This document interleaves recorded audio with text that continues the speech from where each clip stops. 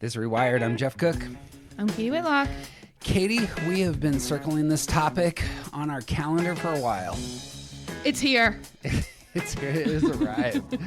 Friends, in the Enneagram circle, there's a common puzzle around types 3, 6s, and 9s. Each of these types receive the world through their primary center, but they do not engage the world with that center.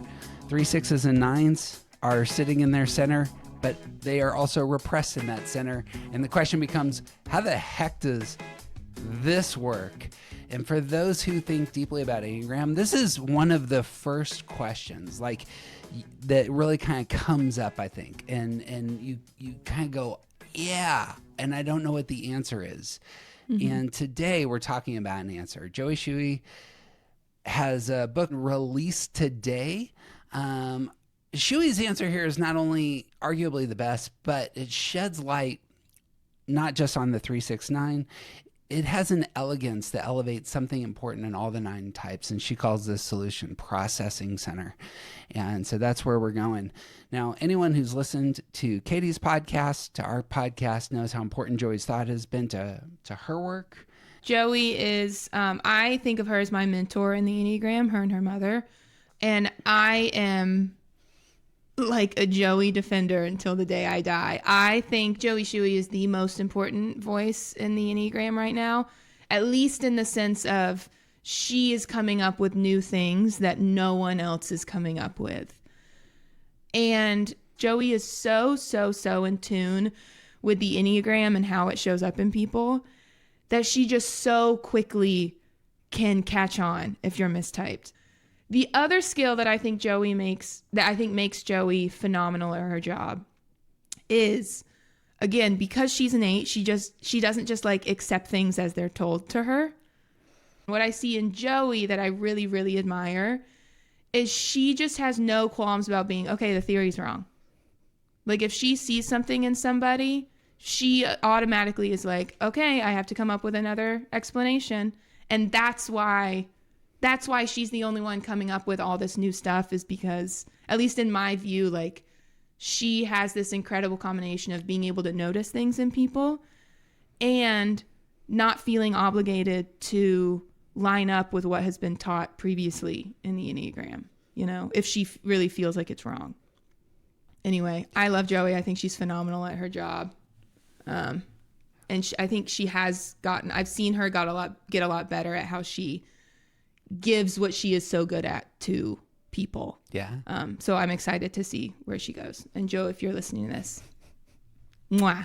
So speaking of mistyping and going against common knowledge, my favorite Schewee story was the first time she was on. I had heard a rumor that someone in her family had gotten mistyped, and I brought it up, and she goes, oh yeah. And she named her sibling who had gotten mistyped. And I was like, well, wait. You live in a family that arguably knows more about this than anyone else. Like you have a collective environment that you could get in a car with, traveling Enneagram knowledge. And one of you got mistyped. How did this work? And she goes, well, one day I went to mom and said, when are we going to talk about the fact that so-and-so is really a 6 and not a 4? This number, yeah. But in terms of courage, of self-confidence, courage. Yes, speaking, the courage. You're going to somebody who is published on these numbers and very likely has used their child as an example.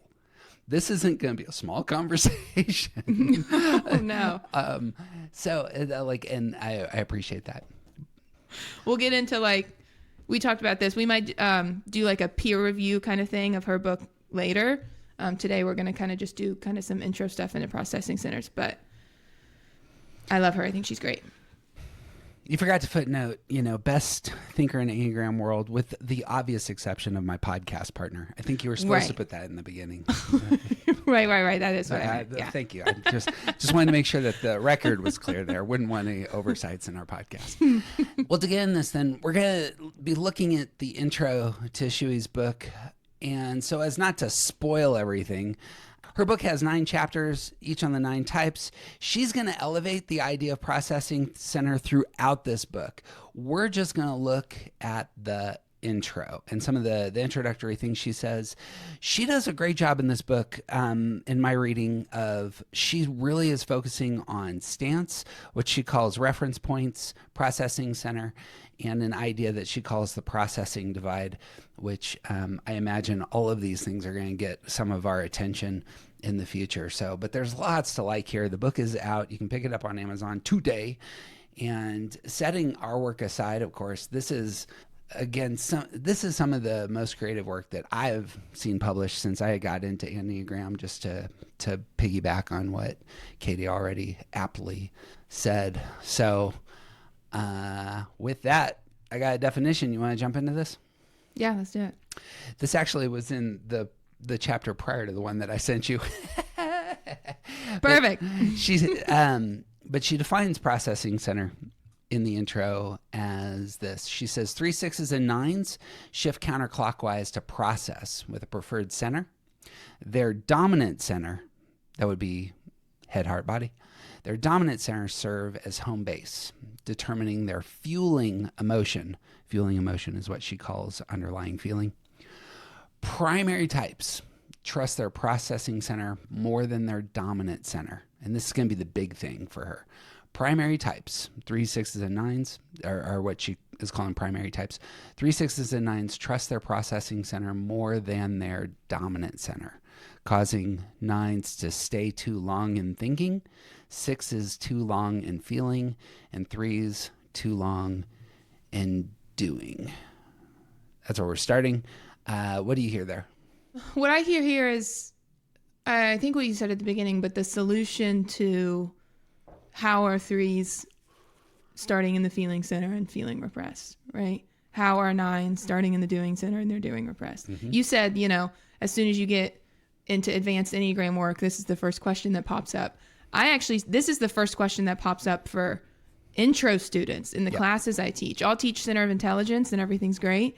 And then as soon, like day 2, I'll get into stance and everybody's hands go up. They're like, excuse me. Right? This does not make sense. And like you said, forever, I've just had to say, like, well, just go with me, right? I know it doesn't make sense. We'll get into it.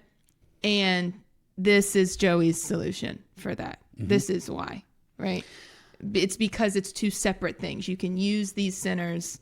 You can use your center of intelligence, your primary center first, and then you switch into using something later, right? Which means you can be repressed in actually using the center that you started in. One of the things that she's really great at is the observational side. And so in a lot of her talking about this, she's going to say, this is what's happening. This is what I notice. This is what I see. This is what I intuit. Mm-hmm. She will draw terms to highlight that. Philosopher that I am, I would love to hear her go off a little bit more in terms of what she thinks is actually taking place. But spot on in terms of the observation. These 3 types are in her language, they're staying too long in this other center. Mm-hmm. And why are they staying there is going to be what we really end up highlighting. But just that movement, she notes the movement that in TJ and I's language, it was that 3 6s and 9s take in the world through their primary center, but they don't engage the world through their primary center. That it's almost like you've eaten something. You know how your throat kind of closes up after you swallow? Mm-hmm. It's kind of like that. You take in the world, but then you go, whoop. I'm shutting down action. I'm shutting down thinking. I'm shutting down feeling. So that's jumping into this. That's what I see. You've told me kind of you were missing something that Joey kind of finally has put all together. Of all things, my oldest and I used to go out to lunch quite a bit and talk Enneagram, and we were diagramming things and came across the combinations, and that's what we ended up talking about. Was there's something here that's driving these types. I didn't have the solution, that counterclockwise shift for 3 6s and 9s to make sense of it, but I consistently, and just to plus what I see in Joey's work, I think that there's something both about what these types are aiming at and how they assess if they're good in the world, if they're happy in the world, if they're accomplishing their motive in the way that they desire most. So just talking about 3, 6s, and 9s for a minute. 3s, taking the world through their feeling center, are processing, in Joey's language, with action. But what they're processing is whether or not they are getting the attention and acclaim desired. But that moves them back into that, into the heart center. 6s are processing with feeling. They're taking the world through their head, but they are processing whether or not they're good in the world based on emotions and connections with other people. And when they have those connections with other people, it establishes for them the safety and security they desire. But that's a head-centered drive. That's a head-centered, that's the fueling emotion, right, is what Joey calls it, or the underlying feeling. For 5, 7s, and 9s taking the world through their intuitive center, through their body, but they shift over into thinking. The thinking processing is going to target something like, how do I make things as easy as possible? How do I assess the world in a way that doesn't sap me of my resources?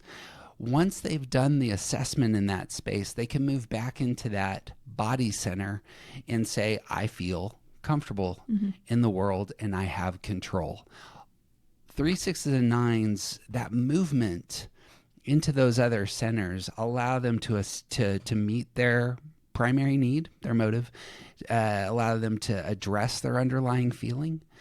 And that's what I was needing from her work. But I think the best way to think about processing center is it's not just processing. Processing is a big idea. What I think it is it's about assessment. Am I good in the world? Am I happy in the world? It's kind of the very last thing that takes place after you've kind of engaged the world through your stance. Once you've engaged the world through your stance, then processing center takes over and says, all right, did we do the thing? And then we start over. What you think? I think that's great. Can you walk us through very quickly, just to set up what you saw 8, 3, and 1s being driven by?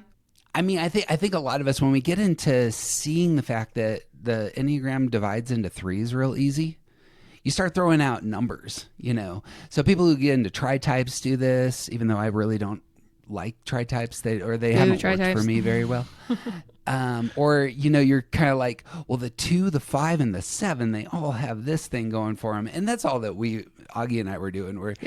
But the thing about, if you were to put it on a circle, 8, 3, 1, 2, 4, 6, 5, 7, 9, it actually creates a very elegant looking set of triangles. And I'm always attracted to that. Whenever there's elegant triangles, I'm like, okay, there might be something here. And so, but really it's just looking at the fact that I think there's something similar here. And so for us, 8, 3s, and 1s, they want to accomplish things. And this would be, TJ and I have bantered about this, but the assessment tool is accomplishment. Am I accomplishing the things that I want? Am I enacting my will in the world such that I meet my motive? 2s, 4s, and 6 are not accomplishment oriented. 2s, 4s, and 6s primarily are about connections. They are relationally focused. That's why the 6 is moving into that heart space. And when assessing, am I good in the world? It's all going to be about, who am I connected with? And are those connections meeting my motive? And 5, 7s, and 9s, again, all of them are targeting something like, what is the easiest course of action for me? And they're living in that thinking space of, analyzing the world kind of like a puzzle, looking for, how do I maintain my resources, especially for the 5 and 9. How do I maintain my resources and still get what I want in the world? And 7s, for different reasons, are seeking to make things as easy as possible so that they can go do the other fun stuff that they want to do. So that ease, connection, and accomplishment was the big idea for us. I think that's great. I think the big idea here is that you and Augie were seeing the end result, and and you put the words of achievement, connection, and ease on the end result that you were seeing. And what Joey has given us is, how did we get there, right? How did we start from the regular Enneagram symbol and ended with these 3 new groupings of 3? That's the significance of Joey's achievement here is that she has explained the mechanism by which we get to these new 3 groups of 3, which is, like you said, what we were missing. So I think we're going to go through. Do you have anything else to say before we start going through them? No, I think we should talk through. We're just going to talk through 3 paragraphs. She spends just a brief time outlining the big idea, and then the way the Joey's book is set up is like most Enneagram books. She has 9 chapters, and she really does a deep dive into each of the types, and so she'll spell out processing center throughout each of the chapters. So, but to set the idea in motion. She has a subchapter in the intro, and just starting with doing processors. You and I are doing processors. Yay!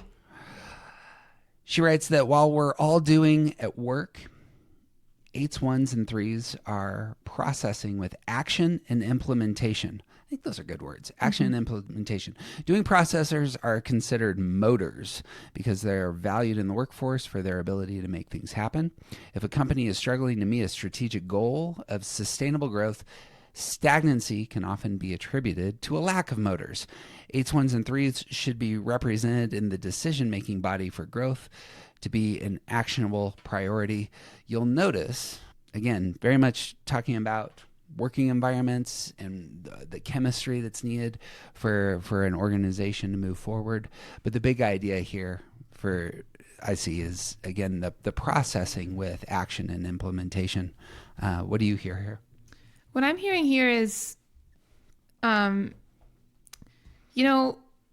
I first introduce an idea like this to a group of people who've never heard about it before, one of the things I always get is, well, I'm a connection person, but I also really value implementation, right? Or I'm a doing processor, but I really value connection and ease or whatever, right? Like people find it, if they don't already know their number, sometimes it's hard because like I feel like I value all 3. Great. What I hear here, 8s, 3s, and 1s, depending on their number, you might also value connection or ease or something that the other 2 processing centers do.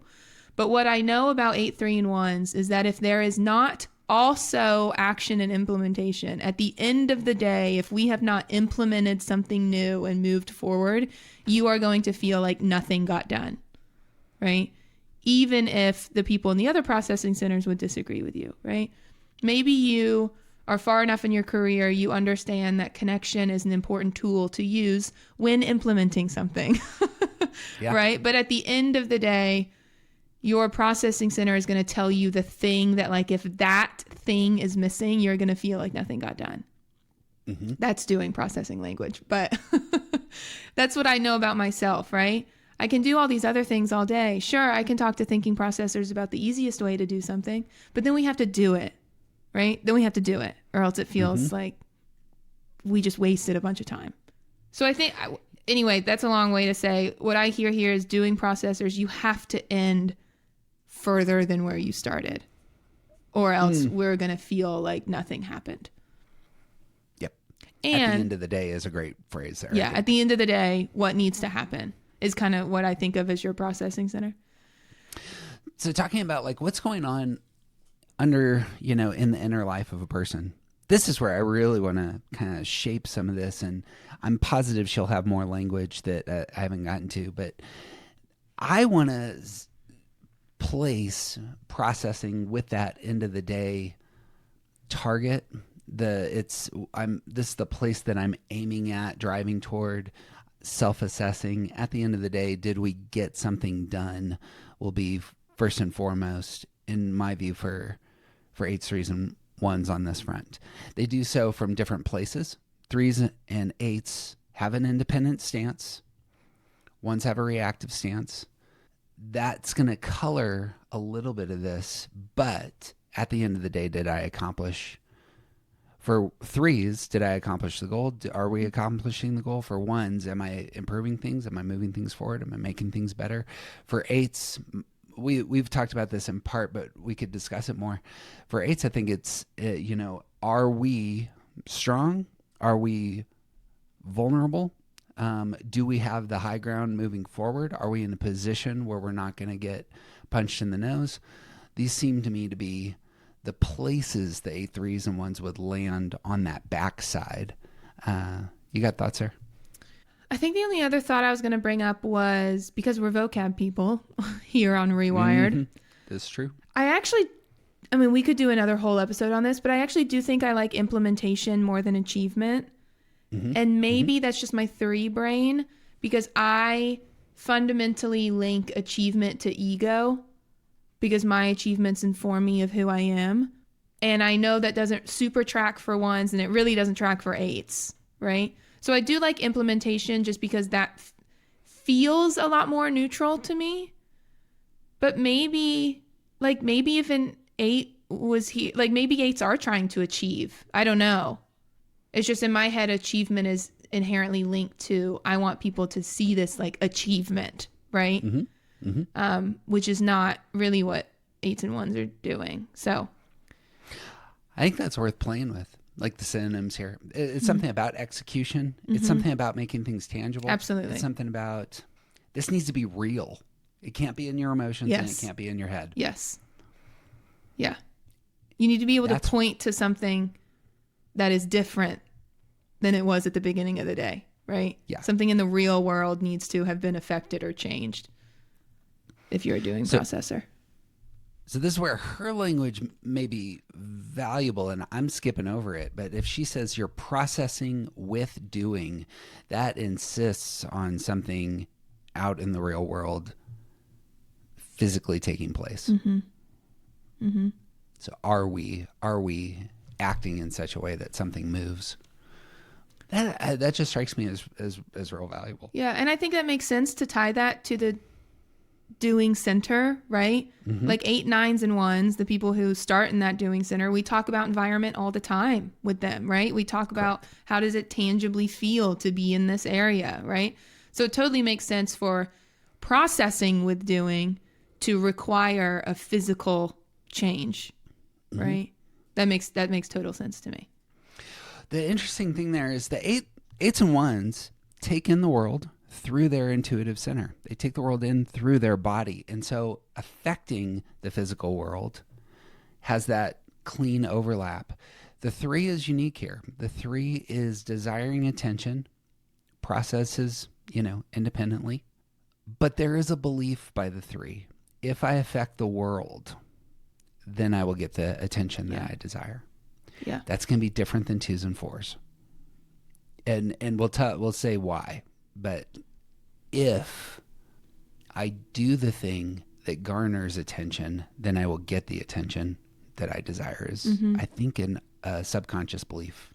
Well, I think it just makes, I know that's true, because to me, I'm like, yeah, obviously, right? Like, if you want attention, you need to prove tangibly that you are worthy of that, right?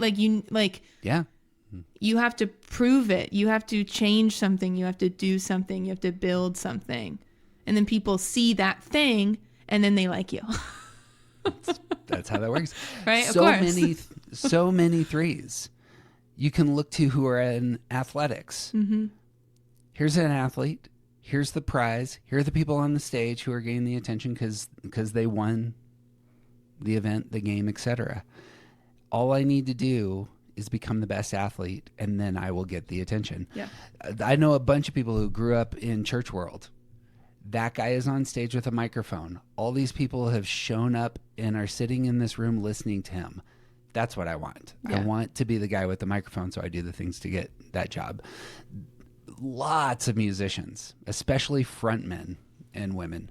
I have the microphone. I'm singing to everyone. I get to showcase my beauty, my skill, my elegance in ways that others are not only moved by, but celebrate. Yeah. And you can see it's all achievement oriented, but it's for the sake of attention. And that's not how 8s and 1s are. Mm-hmm. Yeah. And that's when we talk about 3s, not wanting to just seem valuable, we want to be valuable. Like I've heard your wife, Kelly, talk about that, right? That's what this is. Of course, we want to actually do the thing because we're doing processors, and that requires actually doing the thing, right? That's all The stereotype about threes having listing your resume and having 17 degrees on your wall.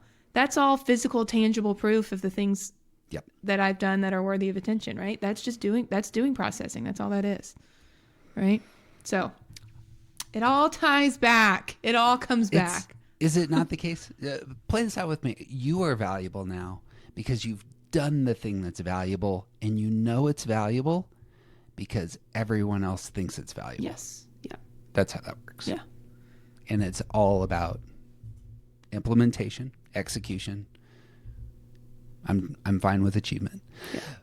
8s and 1s want autonomy and want to get to that spot where when they take the world back in through their intuitions again in the future, they are experiencing the world they want to experience. The 8 doesn't want to feel vulnerable. The 1 wants to feel good in the world. Have you done the things that ensure that you are getting the motive that you crave? Agency, autonomy.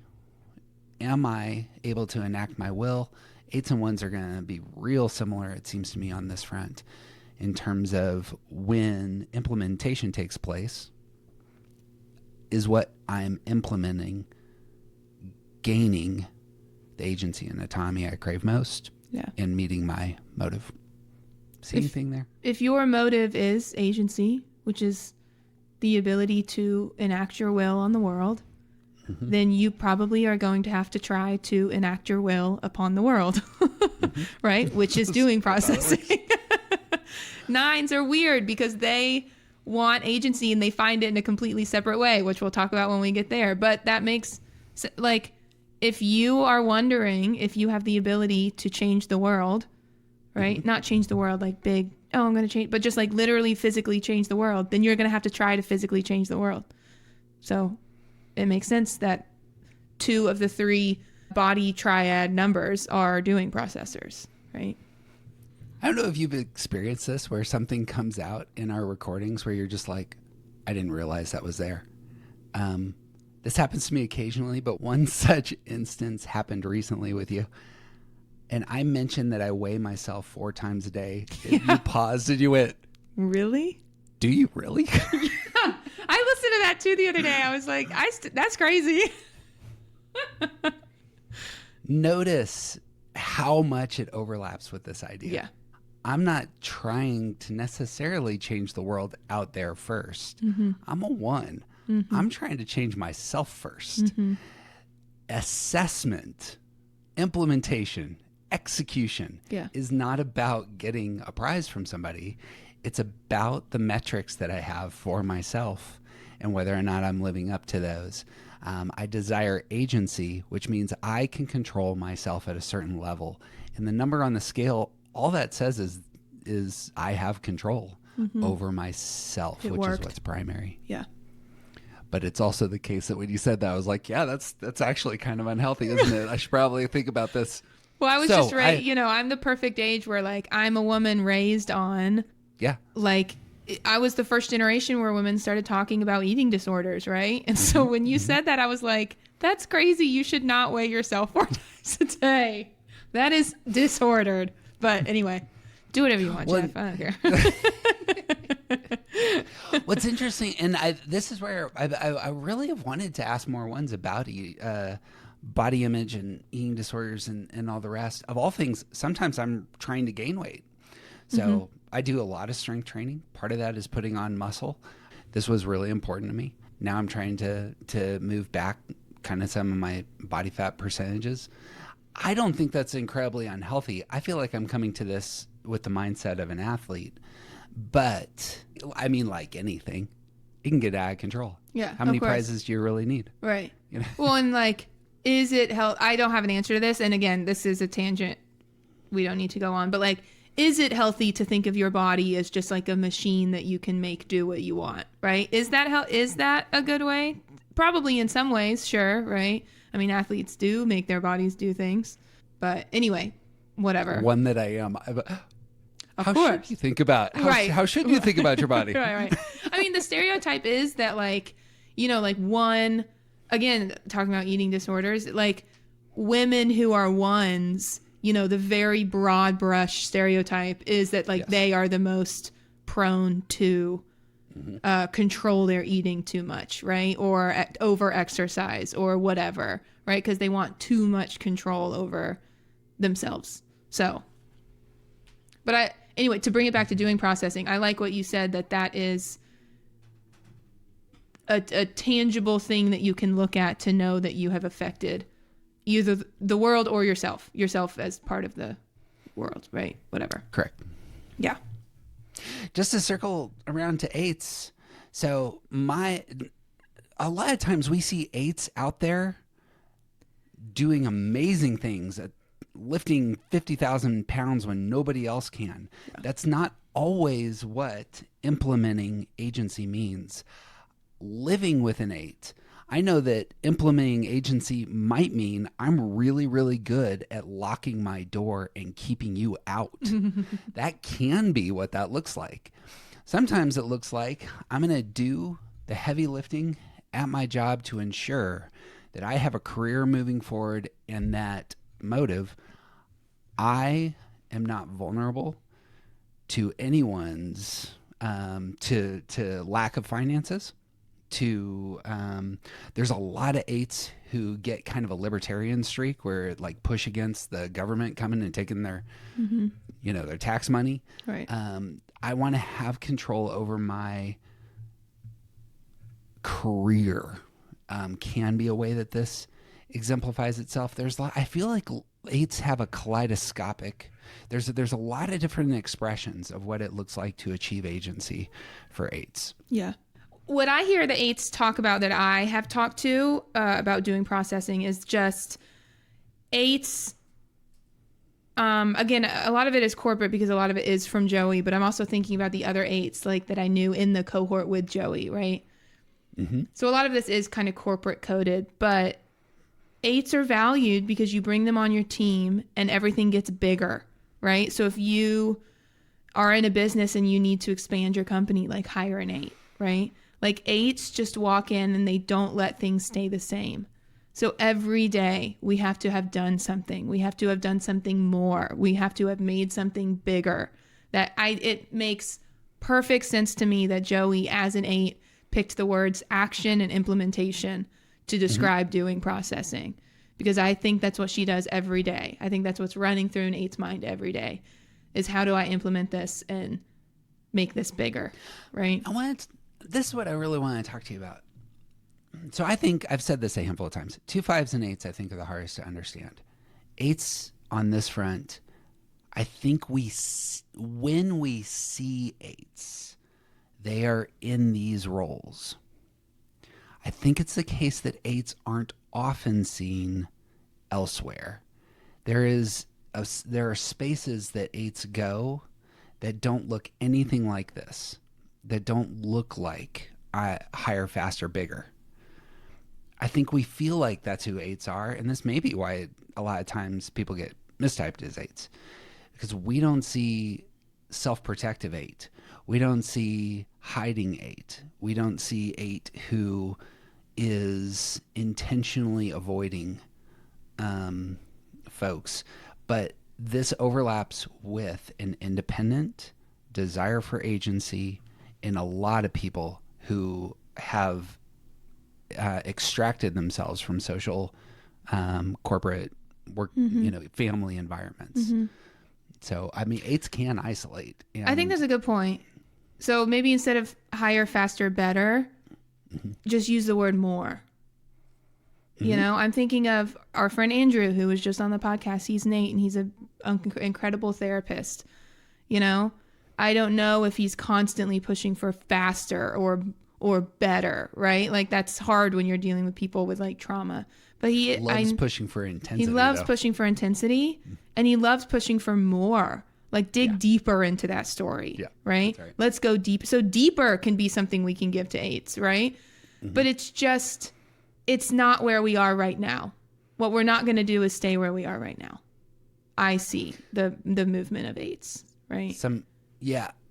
I think if they can access, especially if they're accessing they're pushing into 2 space. Yeah.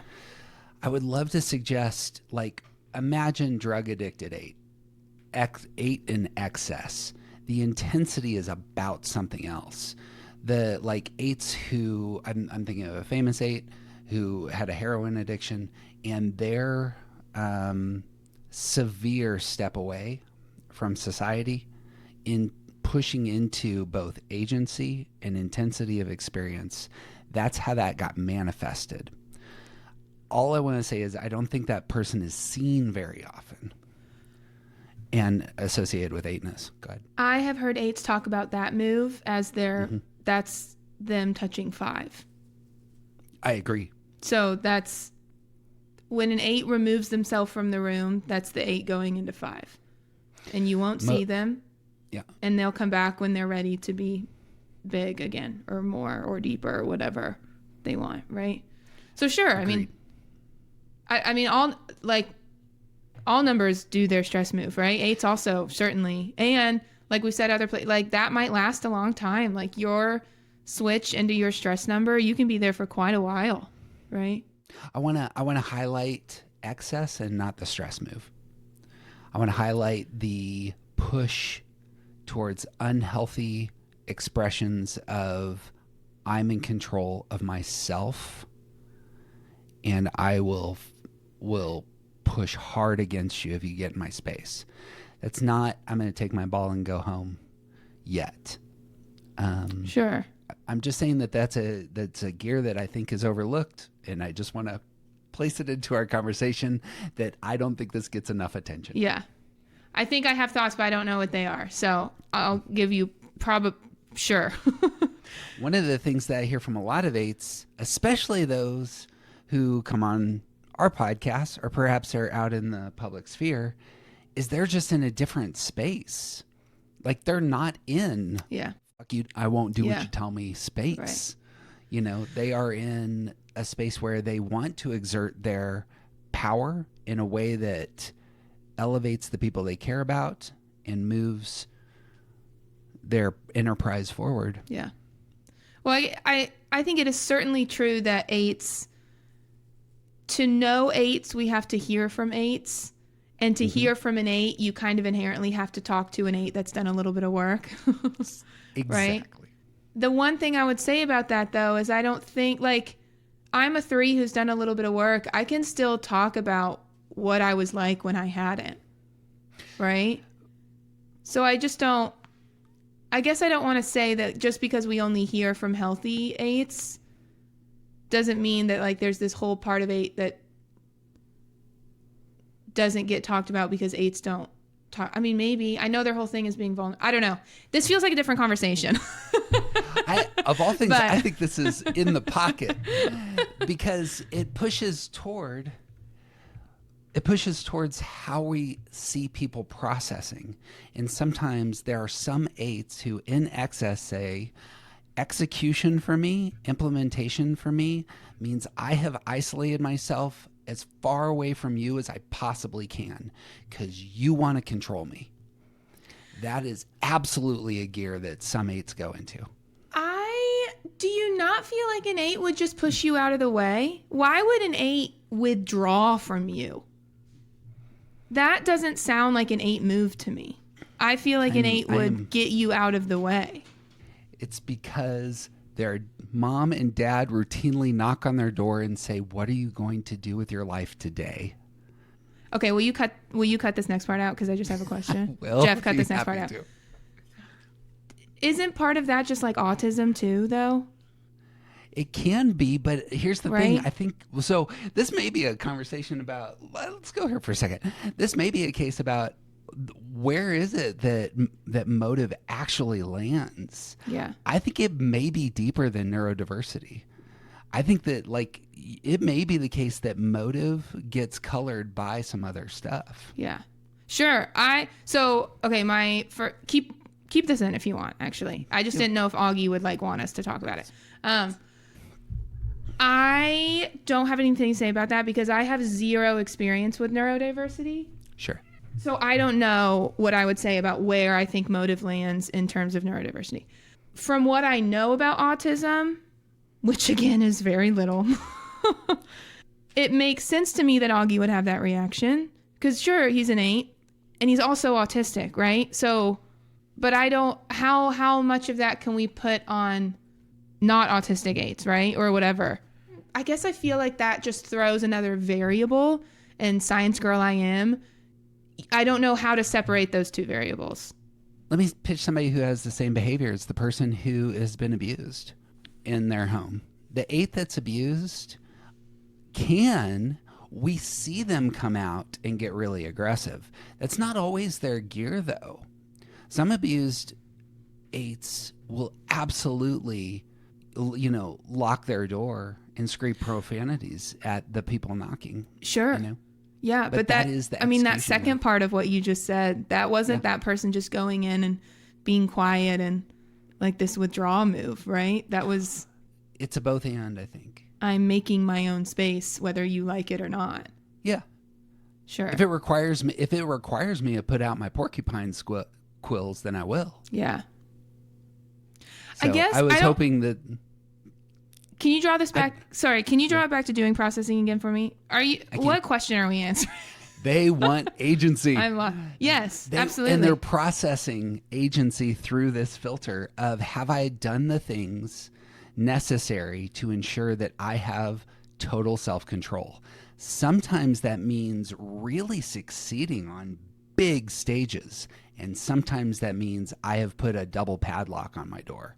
And I'm here would be my big idea. I think that 8s don't get seen on the padlock side sometimes in terms of the conversation.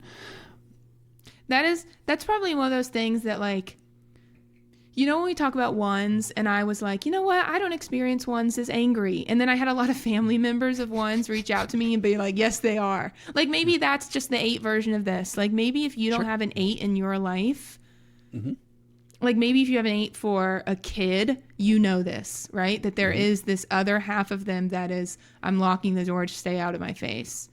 And the rest of us are just debating, does this happen to 8s? Because we just don't see it. So I certainly, first of all, having you just say that in a sentence like that, I agree with all of that. So I don't know what I was disagreeing with at the beginning. Let me tie it to the next triad. Let's talk about 2s. Part of our misunderstanding of 2s, 5s, and 8s is we have to understand them through their own self-analysis, but they're not doing self-analysis oftentimes unless they're really healthy. Yeah. That creates a whole, like invisible space sometimes. Right, for sure. And I think you see this with 2s.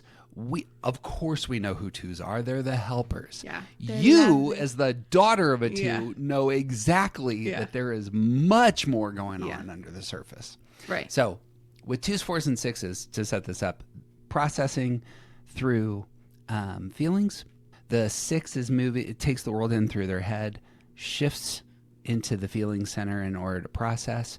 Both the 2s and 4s desire attention. The 6 desires security. The 6 is getting security through other people.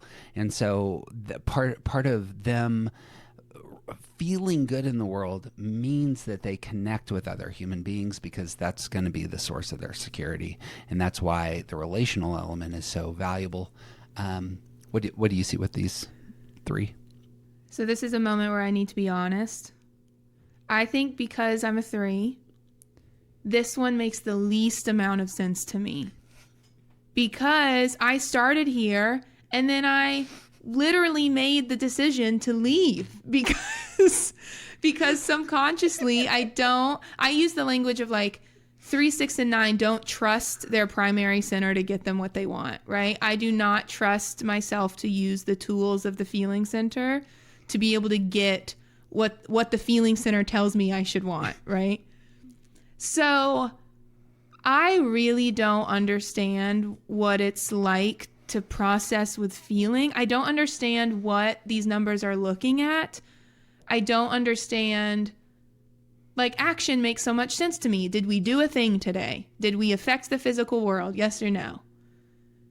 And when it comes to connection, I just want to say, like, they're people focused. But I don't really know what that means. I don't know what they're, like, what are you looking at to make sure, to like see if you're okay? I think as a 3, honestly, that's the hardest for me to understand. Like, thinking, I actually do. get. I'm going to say that again because you can hear barking. Please, thank you. Thinking I actually do get, maybe because I'm not connected to it at all. So it's like, sure, objectively, I can understand that. But just something in me about feeling, I don't understand how you can assess the world through feeling and connection. Right. I need we're you to hitting talk something about here. this. No, this is special footnote. I don't know where this is going to go, but this is really important. Yeah. Because what I'm hearing isn't your 3 answer. I'm hearing TJ's 9 answer. And TJ's 9 answer is, I don't understand how you think you can move the world. Yeah. It's invisible to him, and he comes from the body triad. And that same sort of thing, or for the 6, like, I don't understand how you can trust your thinking. Yeah. I don't get that. Like, how do you not trust your thinking? Yeah, right, right. What do you mean? But that's a thing. And so anyway, that's what I'm hearing there in terms of what I would read into 3-ness here, and the reason that you're shifting, and I think this is valuable because it's going to color the 2, 4, 6, is I would imagine that you think that feelings get in the way of what you actually want. Yeah. Your emotions give you exactly the kind of attention that you don't desire. Mm-hmm. Have you seen those emotional people? Yeah. They're not praiseworthy. Yeah. People don't think they're like competent, you know? Yeah. Whereas the 2, 4s, and 6s are assessing where they are in the world, and it has nothing to do with what they accomplish. It has everything to do with the emotional connection that they feel. But what does that mean? Like, they're just like, they just look around and like, if I'm okay if nobody's mad at me, like, is that what that means? Right? As long as everybody I love feels that this okay. is invisible to you. I don't see it at all. Wonderful. I don't understand. I guess, like, what's the thing that's like letting you know that you're okay? That everybody's cool with you? Again, that's 3. But like, do you love me? And that's it. But how do you know if someone loves you? Because you see them. They see me. They see me. They speak into those spaces where my feelings are up, and I feel the jolt of connection that not only do they understand, they look, see, understand, but they also speak into those spaces with language that establishes care, language that reminds me that I matter, that they will protect me for the 6s. That lands, because as you were saying, I want to focus on when you said they see me, because my reaction to that was how can people see you if you're not putting things that you've done in front of them, right? Like a 3, like, what I have done is who I am. And so that makes sense to me, that if people don't have that, you skip that middle part of the things I've done. So it's just, do people see me? Do they love me? Do I feel connected? Yeah. That makes sense to me. Knowing what I know about how I treat my accomplishments and what I want them to stand in for, like, personality wise, that actually, like, that lands. Okay. I think the 3 chases isn't the right word. The 3 notes from an independent spot. Here are the markers in our culture, in our family, in my social circle. Here are the markers of acceptance, notoriety, and they go for them. Mm-hmm. Okay. The 2s and 6s, let's just start with them because the 4 is going to be different. Yeah. 2s and 6s process externally and with a reactive posture, and it's all earning. I'm looking at you. I'm looking at the person in front of me, and I'm saying, what does this person need and how can I meet it? Mm-hmm. And it's not about the marker of success. It's more, I am here to serve, and I connect through service. I connect through that earning, and I'm assessing their feelings, everybody else's feelings, and noting how can I do things that connect my feelings with their feelings. Yeah. I think that's how that would work. Yeah. That makes sense to me, because the question that I want to ask is like, how do you know that someone loves you if you haven't done anything? Like, how do you know? Because like, if someone just tells me, oh, I love you, I think you're great. Like, in the back of my mind, I'm like, well, what did you see that made you say that? Right. Mm-hmm. What did I do that made you say that? Mm-hmm. So this ambiguity of this, do you see me? Are we connected? Have I taken care of you? Without any physical thing is really confusing for me, which again means that you're probably right. Well, let's elevate how you will see the difference, I imagine, between yourself and your mom. Your mom's a 2. Mm-hmm. Can you spell out the difference in how you both are seeking attention? Honestly, I think you did it better than I could have. Honestly, like, okay. No. That worked for you. I do think that this is so cool. I really do think we're really blind. Like, when you said that TJ said the same thing about the body, about doing, I was like, oh, so it makes sense that I feel this way. I honestly don't. Like, that is one thing about my mom, not just about my mom, but twos in general. Like, I have always been like, well, what are you wanting from people? What do you want? Right? Yes. What makes you feel done?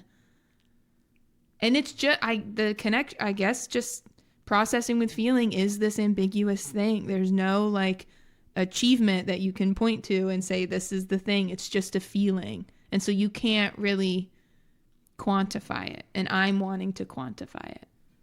It's ambiguous. It is ambiguous. It's also, 3s don't live in the present. Yeah. But the 2 and the 6, and the 6 will engage the present through their stance.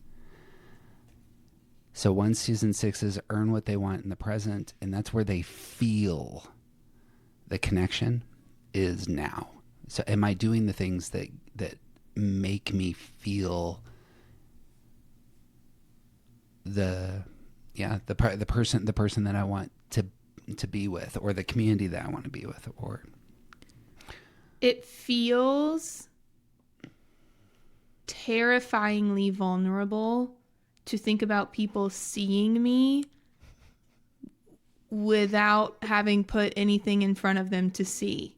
Like, just people seeing you as you're standing there. And the fact that like humans can see you and understand you without you doing anything, that's actually really scary. I actually don't want to do that. I would rather put something in front of you that you can look at. You have named why 2s and 6s come across as neurotic sometimes. Yeah. That's the wire they are walking out on. And they understand that they are terribly vulnerable. Yeah. And they're vulnerable because the person in front of them may not love them back. Yeah. Oh, 2s and 6, brave. Y'all are brave. Very brave. Do you see that in your mom? Oh, absolutely. Yeah. Okay. Yeah. Yeah, I think that's one of the best things about her. I don't know, her ability to see people without needing anything tangible. Yeah. To see. She just sees them. Like, she sees your soul and your heart, you know? And that's what needs to get named, because on the flip side of that, this is what she desires most. Yeah. From the people in front of her. Yeah. She wants know you to see. She wants to know, are our hearts connected? Yeah. That's like how I'm going to talk about it. She wants to know, are our hearts connected? And that doesn't require anything to be done, right? Not a doing processor. It's just, are we connected in our soul and our heart? Correct. And I do want my heart to be connected to my mother, but in general, I actually don't want my heart to be connected to people, because that's scary, right? Independent. Independent, yeah. That means I have to slow down and think about you, and also that you're going to see me, and like that's scary.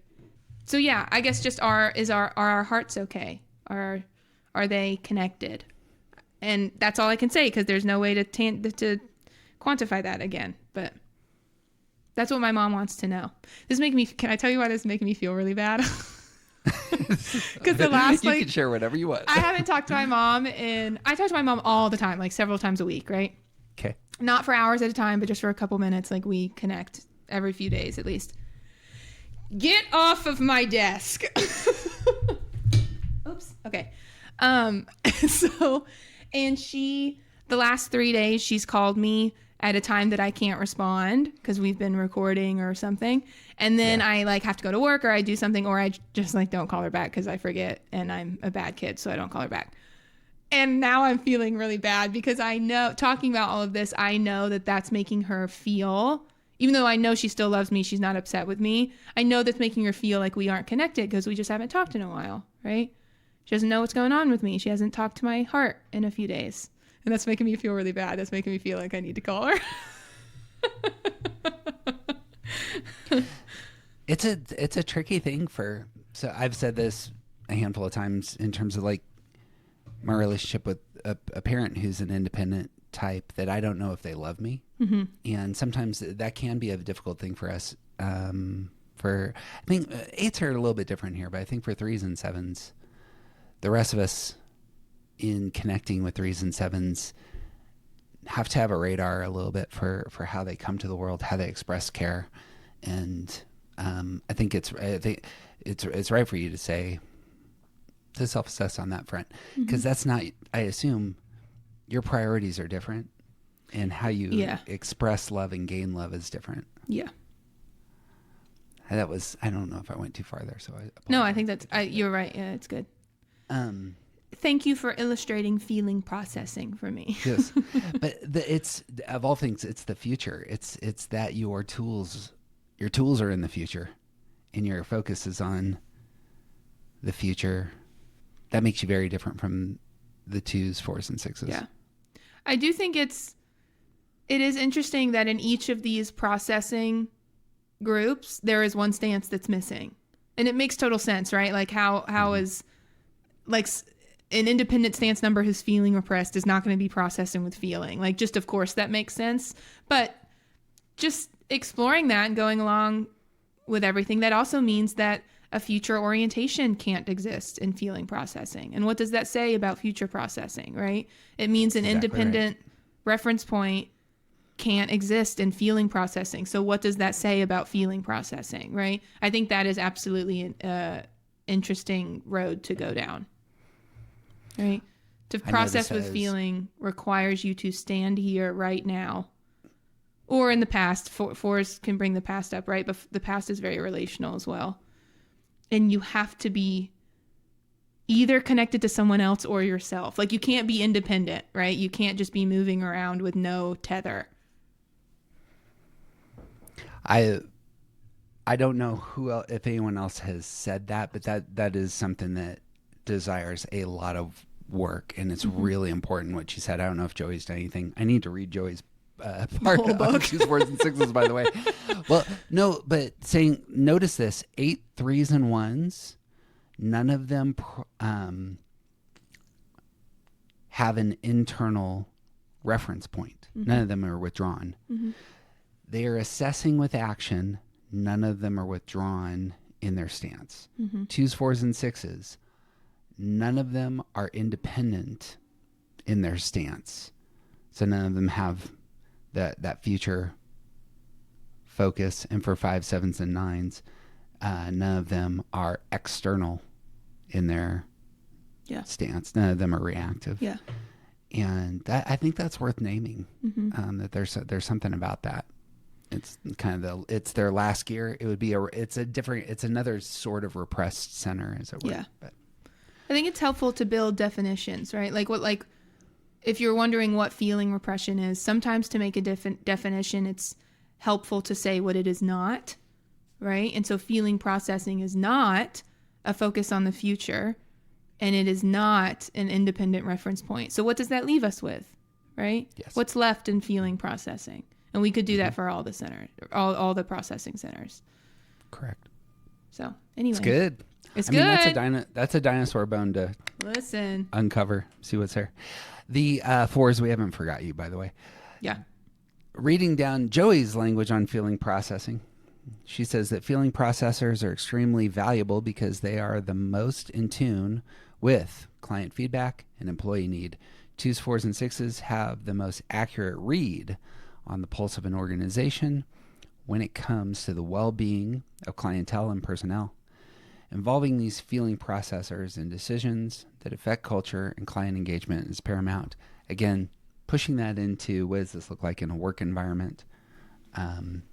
But feeling, feedback, other people's needs, that's what I hear there. Where does that take you? I think this is a really interesting one to put in a corporate book, because corporate America, I'll talk specifically, having never been there, is so 3 coded, and it is so like action, movement, goals coded, that I think spaces for feeling processors, 2, 6s, and 4s, people don't value them very much, right, in corporate America. But Joey will say, like, she, I hope I'm allowed to say this. She works a lot with Chick-fil-A, and she will say they are a 264 company. Like, they are led by feeling processors. And that is why, like, if you think about the stereotype of Chick-fil-A and how people, in like the good stereotype, like they take care of their customers. They ask you, how are you doing when you come in the door? My pleasure. Like, that's what it looks like when feeling processors build a company, I guess, is what I see here. Like, they are the people in the room that are focused on culture. 8, 3s, and 1s are not focused on culture, right? 2, 6, and 4s are the people making sure that everybody's birthday, right, is up on the calendar. It is the people saying, we're all working together. How are we working together to do this thing, right? Well, that's a little more reactive stance maybe, but whatever, right? It's that they're focused on culture and people and how do people feel when they're here, which is so important, I think, for the longevity of a company, right? Yeah. 8, 3s, and 1s can get a company started and they can get it moving, but a 2, 6, 4 is how you keep your company around and keep people happy. Is when Joey teaches about this, that's what I hear her kind of saying in that, right? That's what I see there, is that I think people don't value these types, but they should. In corporate culture specifically, right? In family culture, I think these are the people keeping the family together. They're the glue. They're the people bringing people over to the house and whatever, right? Like, that can be a lot of different numbers. But anyway. I only know 2 things about Chick-fil-A. One is they need to change their posture towards the queer community. Get together, Chick-fil-A. But second, I heard the story about expansion that they had early on, that it wasn't like they had this insanely popular product, as it were. They had people coming in saying, you know what, higher, faster, louder, let's get this national. And leadership, as you were saying, made it very relational. And I remember the phrase being used, our customers will tell us when we need to expand, as though they were reacting to the energy and emotional posture of the people that they served. Yeah. I imagine if you're a doing processor, your natural position is going to always be to assume that moving is good. Yeah. Right? And I think a 2, 6, and 4, the gift of a 2, 6, and 4 is what you just said. They are not inherently believing that all movement is good. We should only move when it's the time to move. Yeah. Right? And because I'm a feeling processor, like, the people are going to tell me when it's time to move. Right? Thinking processors, they're going to be looking at other things. But feeling, our customers will tell us when it's time to go. I think that's great. I think that's a good example. I didn't know that story. The marks of success are not going to be more buildings. It's not going to be more acquisitions. It's not going to be, you know, how much more market share are we taking up. The marks of success are, do our customers care about us? Yeah. Do our employees happy here? Right. Yeah. And if you ask the question, are you good in the world? The primary for them is, Do people see me? Do people love me? Do I feel the connection through my feeling center? Fours got the need a little attention here, as opposed to the twos and sixes who earn.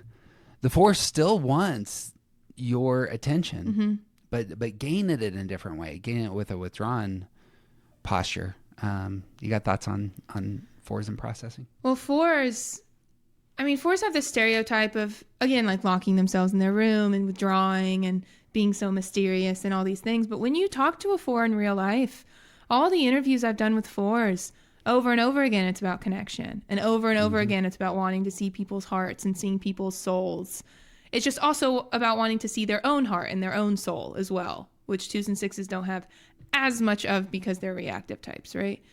Mm-hmm. But this whole, what you said about what it is to feeling process, which is, are our hearts connected, right? Do you see me? That's what fours are asking every day. Do you see me? Right? That's their whole life. Do you see me? Can I see you? Right? What does that mean to see each other? I think out of all the numbers, it makes sense that fours are here, actually, you know? I don't know. What do you think about that? Just building on that, I think the strategy for fours often is self-understanding and presentation, intimate, like, lack of a better term, kind of here's my mysteriousness, here's my uniqueness, and I want to pull you into that space. Like, I want to pull you into that space through my magnetism. If I really had beauty and value and buzzword uniqueness, then you would be drawn to it. And processing takes place in that space. Am I happy is have people who I long to draw into that space connected with me, seen me, and do we share something? One of the things that fours will often do to kind of put, breadcrumbs on the path is, again, love you the way they want to be loved. Fours ask the best introspective questions of anybody. Fours will peer into the places in your heart and expose, some of the colors there, to like really want to pull back some of the coverings and like, let's actually go a little deeper here. And how is that? And again, what is desired is reciprocity. Is once I've done this for you, I'm showcasing how I want to be loved in return. And that is the place of emotional connection. Yeah. And threes love going to those places, don't they? Yes. My favorite. And it's worth naming there in terms of like that the four in trying to engage the three in that space is pushing you into your repressed center, and that can be a little bit tricky. Well, it's trying to pull you back from the place that you ran away from. Yeah. Right. So no, thank you. I don't want to do that. Fours in my life, in the very similar way, are inviting me into that space. If I go to the high side of four, I might be able to engage that in a very healthy way. But oftentimes when in my conversations with fours, if we go down those roads, it's actually pushing me a little bit into my stress move, and it's not necessarily as comfortable as I want it to be. Note 8s, 3s, and 1s all kind of have a kind of relationship with the feeling center that maybe a verse. Yeah. Or something. Or something. Last triad. 5s, 7s, and 9s. They are those, in my view, they are processing in, let me just read Joey's paragraph on thinking processors, 5s, 7s, and 9s. It can be overwhelming to consider how many decisions are made by the most emotionally or physically invested types in an organization without much input from those who process with logic and objective reason. When you consider the thinking processors, the tendencies of 7s to keep things light and on the surface can prevent them from being considered or regarded for their intellectual depth. I think that's exactly right. 5s and 9s are internally referenced. Unless time and space are provided for 5s and 9s to offer their objective input, they are prone to keep it to themselves. talk to me about thinking processors. Well, I like your word for thinking processing, which is ease. What these numbers are looking for is ease. And to me, the way I think about ease goes very easily hand in hand with what I hear Joey talking about with thinking, which is logic. So she would say all these numbers are big logic people versus, and you know, we can have, you and I have debates about this, about the subjective side of the other half of the circle, right? But anyway, just the way that Joey talks about logic sounds also like what you are talking about with ease, which is just what is the easiest way through this? Not getting caught up in people's emotions, not getting caught up in people's agendas and what they want it to be and their expectations of what it should be. Just what's the most logical, easiest way through, right? That's what I see thinking. I just like your ease word for this because that makes sense to me. And I like that it gives me the impression that they are not getting caught up in all the things that can make it not easy, which is other people typically, right? I also, you go ahead. To build, so I just have a little, it's because I'm a philosopher. The use of logic is I would want to use other terms here. Mostly, I just want to say 5, 7s, and 9s are engaging their head. Yeah. They're pushing into a primary center is really what's taking place. It's not really about logic and objective reason. What it's really about is utilizing one of the centers more than the others is how I'd want to characterize this. That they are trusting their head first. They like living in their head first. They prefer the outcomes of living in their head first. And you know, that's really what's taking place. And especially, as I mentioned before, for the 9, going into your head allows you to escape the physical world because that's not, in the very similar way to your language about 3s avoiding feelings, the 9 avoiding the uncomfortable nature of the physical world is all over this shift.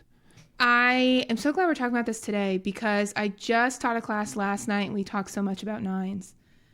And I'm gonna frame what you just said, but in a little bit more of a positive light. I don't know about positive, but like Jace was standing up last night in class and he was talking about this whole how he gets caught in his head thing, right? Like he has a problem to fix, which to the rest of us means that you need to do something, right? Like he knows he needs to do something. And using TJ's language that you just gave me, it does not occur to me that the answer is just do it, right? Because I inherently kind of subconsciously believe that I can't affect the world around me. So what I see Jace doing is just thinking and thinking and thinking, how am I going to fix this problem? How am I going to fix this problem? How am I going to fix this problem? And to the rest of us who have such easy access to, well, you fix it, right? If you're a 9 and just like me as a 3, it doesn't occur to you to sit in your own primary center, right? If you're a 9, it does not occur to you to just do the tangible thing. Of course you're going to be in your head about it, right? How am I going to fix it? And you're going to look at it from all the angles. And you're going to try to figure, and you're going to think about it from over here. And then tomorrow you're going to think about it from over here. And it's over and over, and you're trying to find a solution when the solution was in your home base the entire time. Just do it, right? But you're just so far away, removed from that I don't know if 9s realize that's an option, right? Until they do, and they have this great story of growth that like the 9s in my class last night were like sharing all the moments in their life when they realized that like, oh, I just have to do it, right? But that's like this big moment for a 9 is, oh, I just have to go and do it on my own, and it's just up to me. So anyway. This is helpful. Okay, so this is plussing the theory. It can't be overstated how uncomfortable for the 6 thinking about future threats is. But that is their home base. Why would I want to stay in my head? These things make me really uncomfortable. I know that 3s don't say it, but the opinions and postures of other people, especially when things aren't going well, are deeply uncomfortable. Deeply. the opinions of other people, especially when they're negative, is the only thing that's ever caused me to have a breakdown in front of Jace. And I've told that story before, but that's what it was about. Why would you want to live there? Yeah.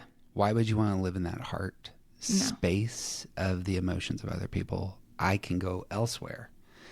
This is how to understand what 9s go through. Our language of intuition, I think, captures the center better than anyone else's. In terms of 8s, 9s, and 1s, it's really about their intuitions about physical spaces, events, and how the world hits us. And 9s feel deeply uncomfortable there. And so, like, getting one's mind around that reality for the 9, it's not about other people's emotions, and it's not about future threats. It simply is about, like, does the world around me feel a certain way? And for 9s, they just are very sensitive to that and pivot. And the pivot goes into their head, and they would much prefer to live in their head rather than do the physical things, because that's an uncomfortable space. Yeah, absolutely.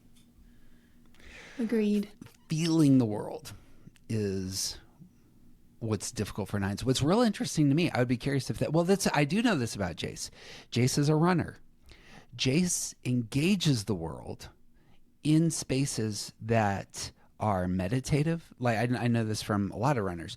Once you get kind of going, the world is in essence beautiful, controlled, and you can have almost a meditative experience of the world in running space. I know so many 9s who, when they get into their body, it means they're going up in Colorado. They go to the mountains, and it's very, there's not a lot of mess. There's a lot of taking in the physical beauties that take place, and that's how they're getting into their body. But there's a conflict at work is not the thing that's really gonna that's gonna be a difficult space. I literally just had a 9 say last night.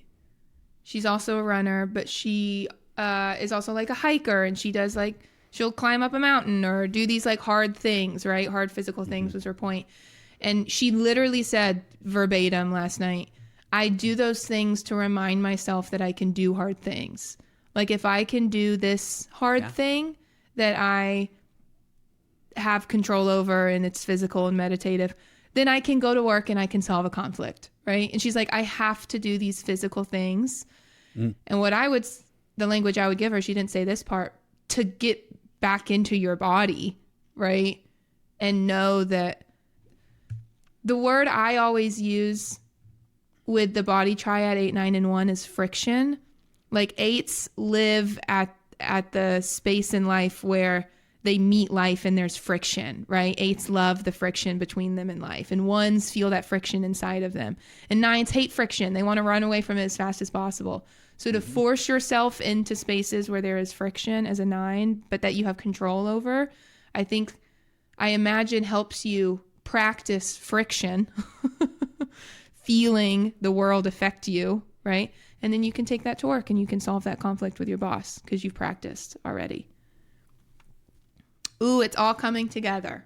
It's all preferred way to do that is to think about it for a long yeah, but that's not long actually, you're not actually experiencing the friction when you do that, right? Correct. That's why 9s are, like you said, that's why 9s are running away, because thinking does not involve physically feeling the friction of you affecting your life. Yeah. It might make you feel bad. Like Jace will say, I feel bad when I overthink. Like, I don't like overthinking, right? To be fair, that may be more of a 6 space than like thinking processing. But anyway. Agreed. Another thing I see 9s doing a lot is they collect animals. I don't know if you've seen this, but my mom was a dog lady. She had at one time 5 dogs in her house. And No. This was Absolutely not. there's a massage therapist, Body Peace, Yeah. 9, who rents from us in one of our buildings, and she likewise has property where she has a farm and just loves the hell out of these animals. But there's living things give you affection, as it were, but they're not creating conflict. So here are my chickens, here are my pigs, here are my dogs, here are my cats, and all the things. 5s to 7s. I think what's interesting about this triad is, like we said with the other ones, none of them are reactive types, which means inherently they are, well, just non-reactive, right? Is what I want to say. Like to be a thinking processor, you have to not be affected by what other people want from you, which is a little different when we get to 9s, right? But especially 5s and 7s are super not affected by what other people want from them, right? Or at least they can hit a gear.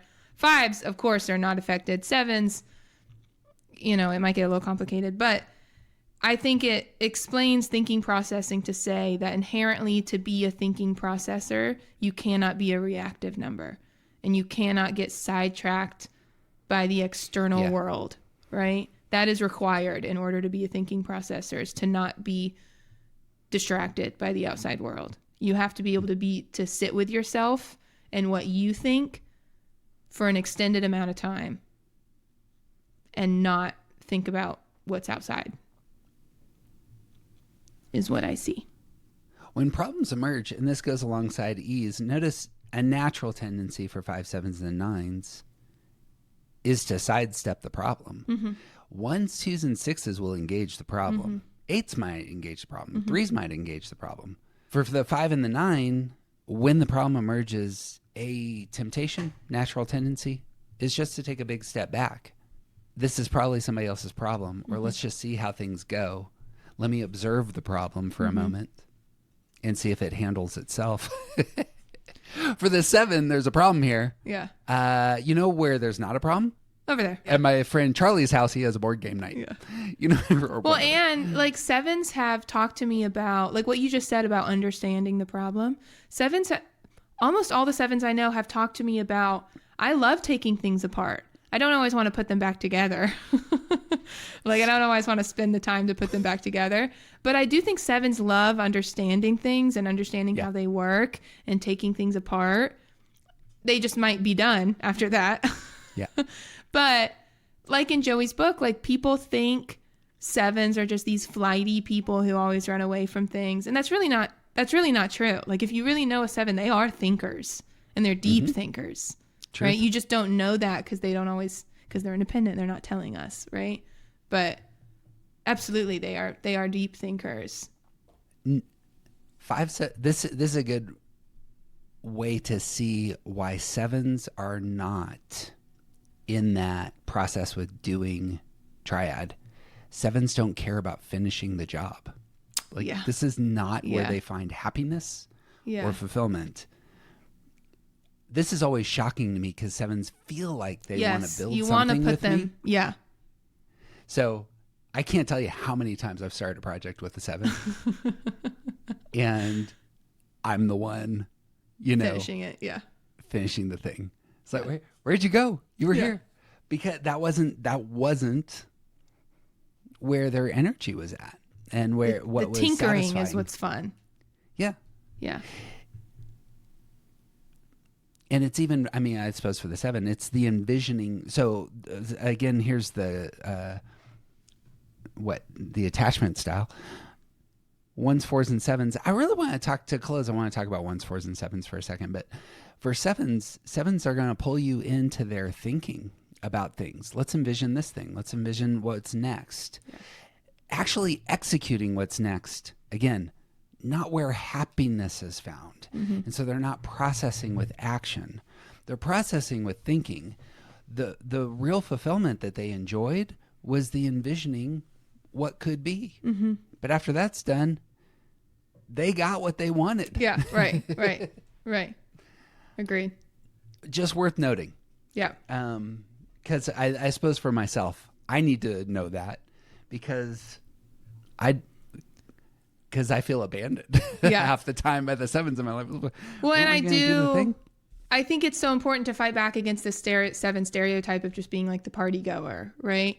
And it is like, if you think of 7s as a party goer, that's like an action thing. So you want to put them kind of in an action triad because you think of them as doers and all the things. And that's a fundamental misunderstanding of what it is to be a 7, right? We're going to Sevens, this concert. We're going to this baseball right? game. We're going to do this this thing. Yeah. Yeah.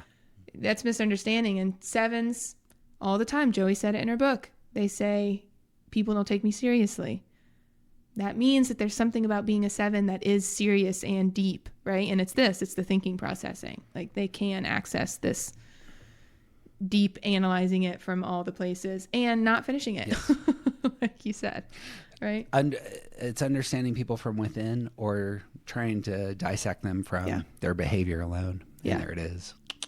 I do want to say, before we move on, if any 7s are listening, I hope you don't feel like we're saying you never finish anything. All we're saying is that you're a thinking processor. And, at the end of the day, you don't have to finish something to feel okay, like a doing processor does. So, love you, 7s. Having lived, again, with a stepfather who was a 7, who completely tore apart our house and rebuilt it over a 20-year period, execution, finalization, these were not high values for John Lowe, the architect. Yeah. And I love the hell out of that man. Mm-hmm. However, we had a wall that, like, we live in Colorado, and there was like doors that weren't on the exterior of the house for a year. Hello? Yeah. That's crazy. These plastic sheets, they'll work just fine. Yeah. Last in the group is the 5s. 5s and 9s, this may be one of those places. I think 5s and 9s are the closest in kind to one another on the Enneagram. I think a lot of it comes out in their behavior, that it's hard to see the difference between 5s and 9s sometimes. But what do you see with 5s and processing with thinking? Well, if you were going to pick any number on the Enneagram to be a thinking processor, if you pick any other number other than 5, like, that's crazy. It's true. I feel like Enneagram 101, like, people could pick 5 out, right? But just what I see again is like I'll think of my dad, right? He is a big doer. He's a CIO. Like, his whole job is moving things forward, right? But what makes him happy and what makes him feel like he is good and competent is just understanding something. He doesn't have to do anything with the thing he understands. He can, because he understands it, right? Correct. And because he understands it, it's very easy for him then to do something with it. But he does not have to ever get to the doing something with it to feel like he has accomplished understanding the thing, right? Yeah. I don't have an example of that off of description of that. Yeah, but that, like, all he needs to do is understand it, and then he's like, okay, got it. And it's like, you can see him like put it in his little quiver of arrows, and he doesn't need to take it out right now, right? He just knows that he has it for later. Like, okay, it's understood. It's done. Once I understand it, it's done. And I can access it later, but that's just like extra. All the stuff that I can do with this knowledge that I have now, that's just extra stuff, right? The task is to understand what's happening. That's what I see in 5s. I want to bring up investors for a second. 5s can be great investors because they can just sit on certain investments for decades and not move. But they understand them thoroughly, and they know the moments where they need to sell. Yeah. And that is something, like, that's a resource that a lot of us don't have. Like, the 7 doesn't have that. The 7 in investing is like, well, what else could we put our money into? We want to do it here and here. We want to move things. For some of us, we're terrified and we like are bouncing all the time. But for the 5, I understand the thing. Who are you talking about? For some of us, we get really idealistic nervous. About physical properties that we can improve, and 4 years later. Right. Sorry, keep going.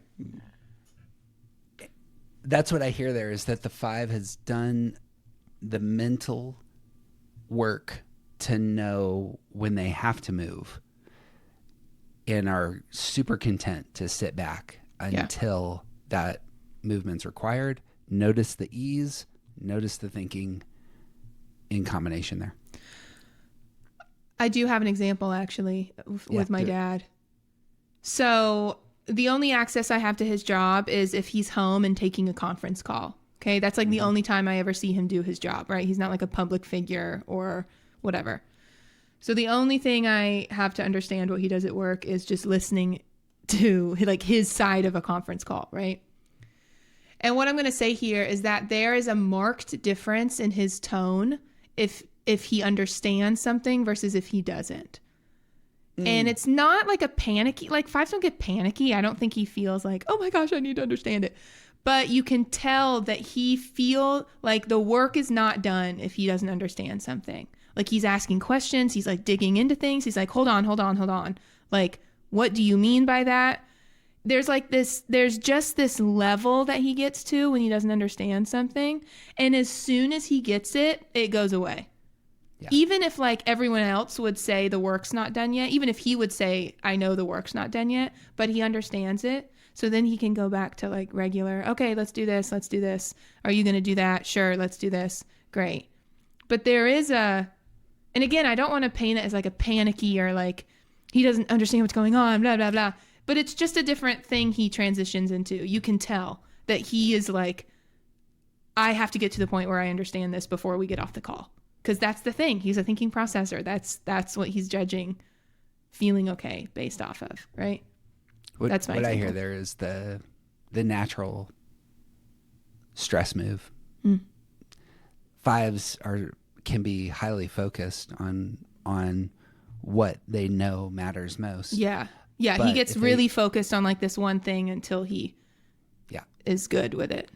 If he understands, if something comes up that shatters that sense of security, that's where the mind of the five blows open and it says, okay, what are all the other possibilities? Yeah. And you notice that that's seven space. Yeah. He'll be like, what? Why did that how did that happen? Right? Like a lot of times it's,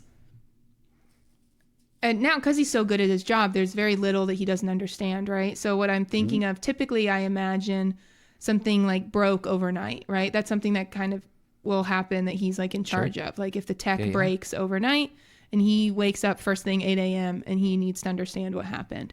And so his first calls in the morning when that happens, you can hear him. What happened, right? How did that, I thought, and then someone will say something. He's like, how is that possible? I thought that we had all these protections in place, right? And if you don't know him, you'll think he's angry and he's genuinely not. He truly isn't.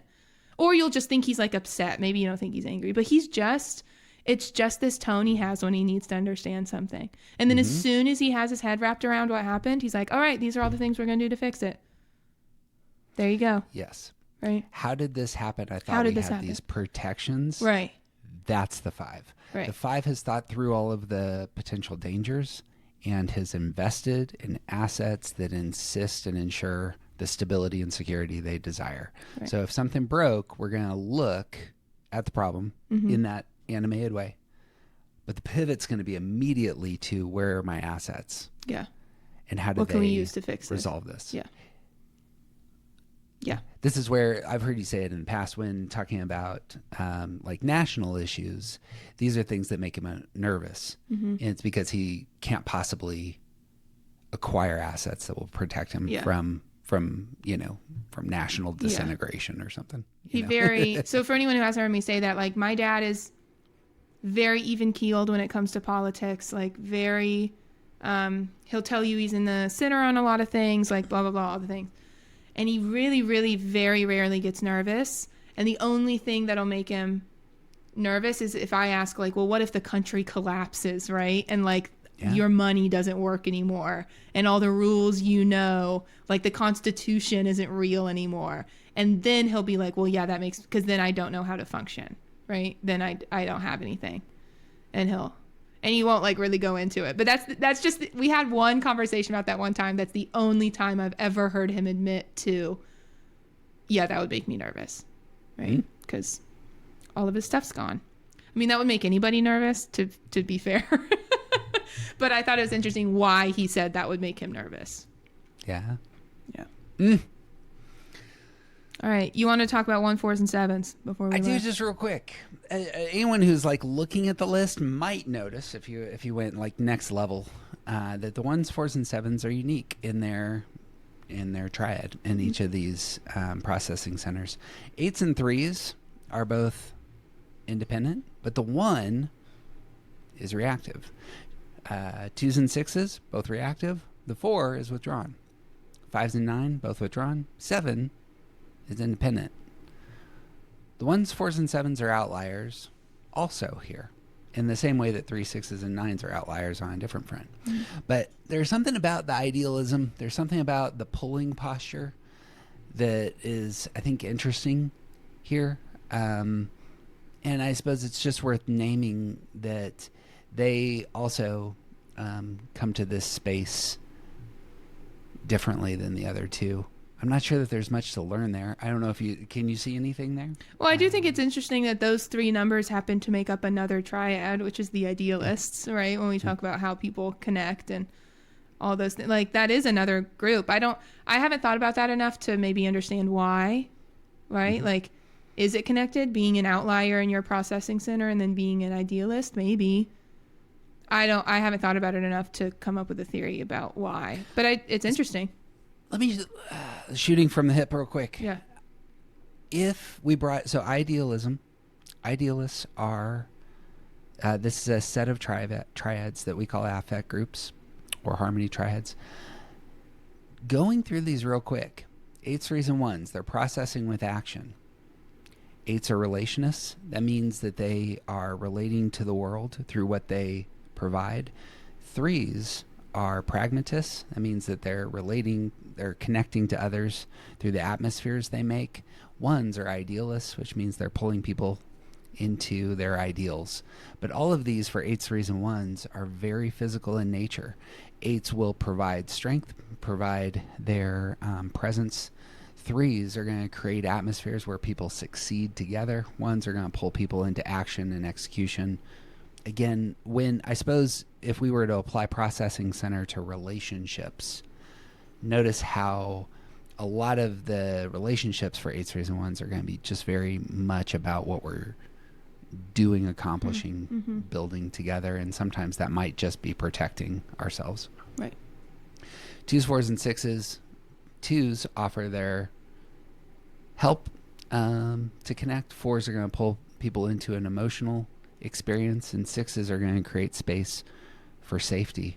But again, all of those kind of center on the feelings of others, connecting with others on that emotional front. So the relationships, the strategy for gaining the emotional relational connection is all over how these types come together. And then 5s, 7s, and 9s. 5s are going to offer their knowledge. 7s are going to pull people into envisioning what might happen. And 9s connect through creating peaceful atmospheres. As it stands, I think the 9 is interesting here. The 9 just wants us to think a certain way. That might be a primary for how do I create stability. Is I want us to think about each other, see each other, understand the differences here, but notice how much we have in common, kind of posture, as it were. Anyway, there's probably something to be said there in terms of the overlap of those two sets of triads. Yeah. Well, it is interesting that you have one of each group in the center. You know what I mean? That's, yeah. I think that's more evidence that these processing centers are a real thing. Because like you said, when it lines up so well and it's symmetrical and it makes sense across all the centers, like that's a clue that you have stumbled onto something real in the Enneagram, right? Yeah. And it's even. There's one number with each that connects in each way in each processing center, all the things. So agreed. Boom. Well, we may pull apart some of these triads in the future. These processing centers, go a little deeper, get a little critical, maybe. Do a peer review. Peer review. There is a desire for peer review. That is what we want. But I think that there's nothing I really want more than to have people who actually have some expertise and some standing and real experience in the Enneagram to come and say, here's the things that I think Jeff hits on that are solid, and here's some things that I think he's getting wrong, and like that's real discussion. So maybe we can offer some of that. Yeah. Joey Schewee, her book is When Working Together Doesn't Work. It is out now where fine books are sold. I got mine on Amazon. pre-order is The on the way. pre-order. Yep. Hey, before you sign off, put some comments in our comment if you're listening to this on Patreon. Tell us what you think. Share this with a friend. What else do we want to plug? You got anything else to plug? Buy Joey's book. And buy Joey's book. And buy Joey's book. Yeah. Hey, guess what, Katie? What? You're the best. You are. Somebody told me that if you look closely, you can see the color of another man.